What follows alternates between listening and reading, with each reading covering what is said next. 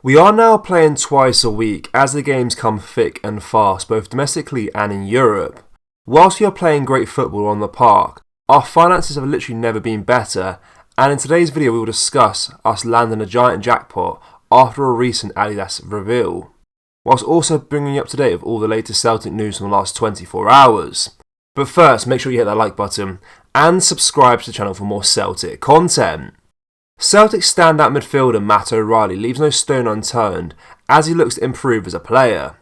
And it's not a mere coincidence that he consistently delivers exceptional performances right until the very end, exemplified when he netted the 97th minute winner against Motherwell. O'Reilly's noticeable uptick in performances this season isn't just about on-field tactics, it's rooted in an improvement dietary regime. He's already surpassed his goal tally from prior seasons, despite playing over 50 games last term, and he attributes this enhancement at least in part to making crucial adjustments in his food intake. His performances have been backed up with a Player of the Month award and a first senior call-up to the Denmark side, although he didn't make it off the bench against San Marino. Speaking about his off-the-field changes, the Dane said, "I just want to keep improving at Celtic. I want to do my best here and the rest will take care of itself. I am probably fitter than I was last year and stronger. That helps late in a game when you still have the ability to run off your opponent. Mentally, this is the best I have felt. I am more open and free on the pitch, and that helps me play freely.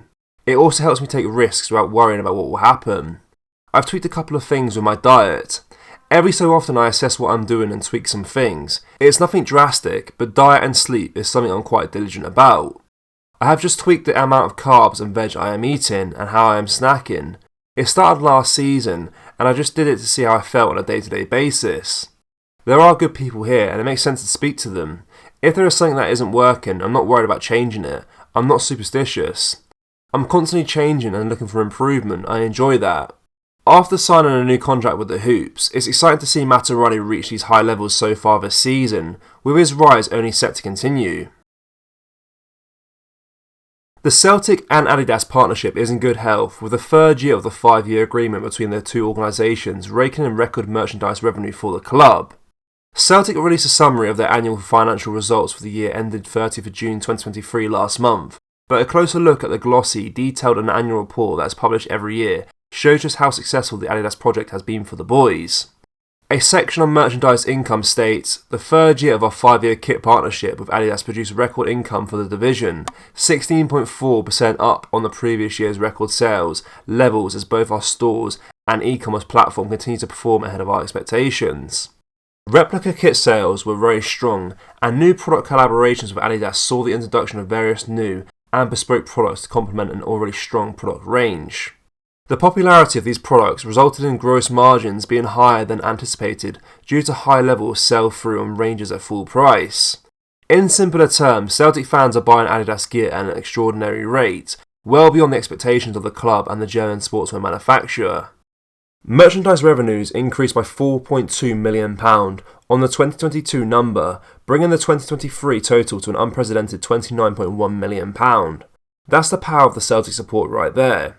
In conjunction with season ticket sales and UEFA Champions League ticket sales, as well as other matchday income, fans are contributing to the majority of Celtic's massive £119.9 million total group revenue for 2023. That should never be forgotten, certainly not by the club. Yes, the boys are being wisely steered financially by the board and the executive team, but it's the fans who provide the financial muscle that puts Celtic beyond every other club in Scotland. It should be a platform for growth and progress on the European scene.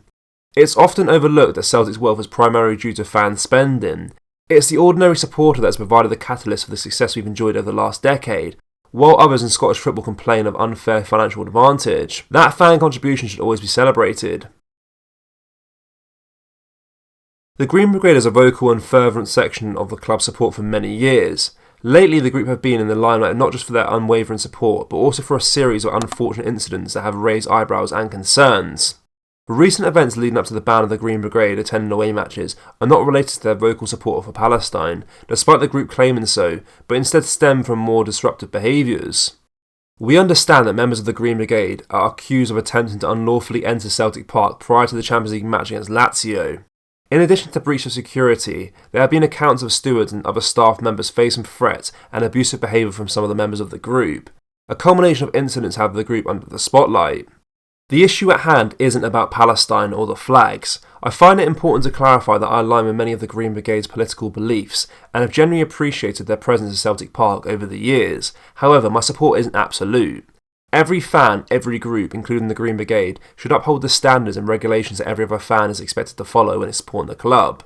The group must take a moment to consider their role in recent incidents. By taking steps to regulate their own members, they can identify and address those who tarnish their reputation. Blaming these issues solely on their current political stance is both inaccurate and inappropriate.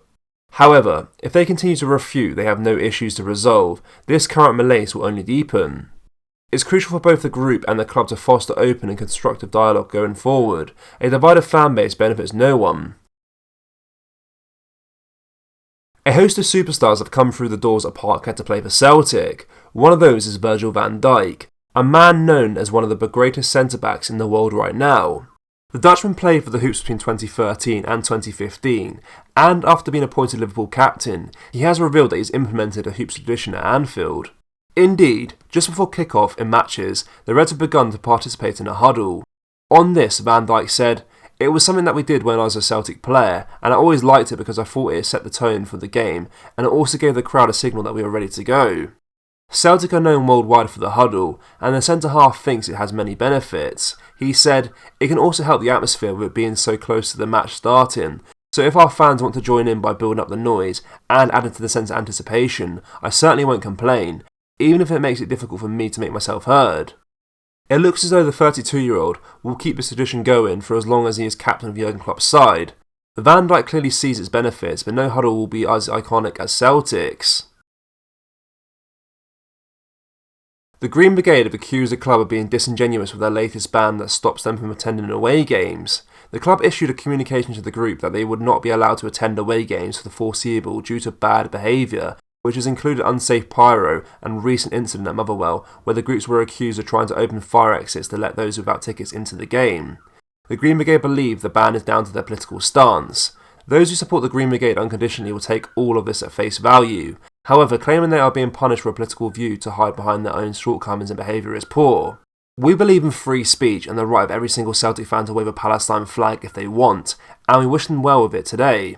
The Green Brigade are not banned for the game today against Atletico Madrid, which makes their claim that their political leaning has somehow been the reason behind things. It becomes very tiresome with the group in general. They do a lot of things well, but being able to look inward at themselves doesn't appear to be one of them. Celtic fans, what do you make of the Green Brigade's situation? Let me know down in the comment section below. That brings us to the end of today's video, guys. Make sure you drop a like on this video and subscribe to the channel for more Celtic content. Thank you, take care, bye bye.